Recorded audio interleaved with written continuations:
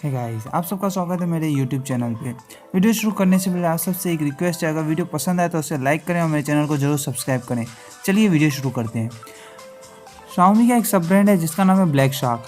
Black shark नाम की company से वो अपनी गेमिंग फ़ोन बनाते हैं, पूरे वर्ल्ड वाइड बेचते हैं। ब्लैक शार्क कंपनी में उन्होंने पहले भी अपना एक गेमिंग फ़ोन बनाया था।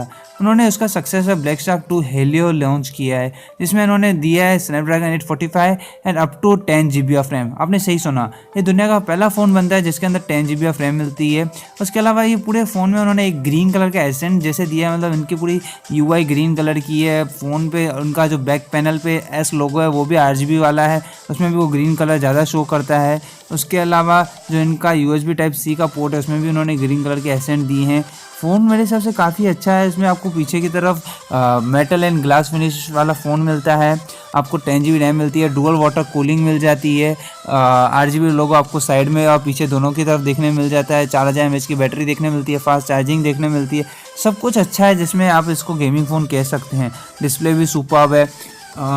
अब मेरी बात यह है कि क्या गेमिंग फ़ोन्स के लिए हमें स्पेशली पैसे खर्च करने चाहिए? मेरे हिसाब से अब तक हमें ऐसा कुछ गेमिंग फ़ोन में देखने नहीं मिलता, सिर्फ थोड़ा बहुत शो के अलावा कि हमको स्पेशल उसके लिए पैसे खर्च करने चाहिए। OnePlus 6 में भी आपको 8 GB रैम देखने मिल जाती है।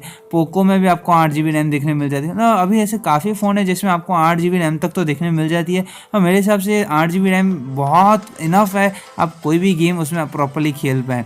10 GB रैम तक जाना मेरे हिसाब से अभी तक ठीक नहीं रहेगा, और उसके लिए स्पेशल पैसे खर्च करना भी। उसके अलावा उन्होंने गेमिंग फ़ोन इसके लिए कहा जाता है कि उनको थोड़ा सा ज़्यादा ऑप्टिमाइज़ किया जाता है गेम्स खेलने के लिए, तो वो तो OnePlus जैसी कंपनियां भी अपने सॉफ्टवेयर को ऑप्टिमाइज़ करके ही देती है। तो गेम्स के लिए सिर्फ स्पेशल पैसे खर्च करना मुझे नहीं लगता कि समझदारी की बात रहेगी। उसके अलावा देखा जाए तो ऐसा गेमिंग फ़ोन में कुछ खास नहीं है। जो स्नैपड्रैगन 845 गेमिंग फ़ोन्स में है वही सेम OnePlus में भी है और दूसरे सारे मिड रेंज फ्लैगशिप में भी है। तो मेरे हिसाब से ऐसा नहीं होना चाहिए कि भाई आप सिर्फ थोड़ी बहुत गेम्स के लिए इतना ज़्यादा हैवी मोबाइल ख़रीदें या इतना ज़्यादा महंगा मोबाइल ख़रीदें, क्योंकि जो उनके जो कैमरास होते हैं गेमिंग फ़ोन्स के वो भी ज़्यादा मुझे अच्छे नहीं लगते। उसके अलावा उनके स्पीकर्स काफ़ी अच्छे रहते हैं, और स्पीकर्स के हिसाब से मैं कहूँ तो आप 200-500 का एक ब्लूटूथ स्पीकर ख़रीद के आप उससे वो यूज़ कर सकते हैं। बाकी आपको शार्क में आपको गेमिंग कंट्रोलर देखने में मिलता है। निंटेंडो स्विच जैसे 2 आते हैं, 10 GB रैम में आपको एक लेफ्ट एंड राइट हैंड वाला मिलता है। तो वो तो आप ऑनलाइन आप देखेंगे तो 500 में आपको ब्लूटूथ गेमिंग कंट्रोलर काफ़ी देखने में मिल जाते हैं, तो आप अपने मोबाइल से अटैच करके कर सकते हैं।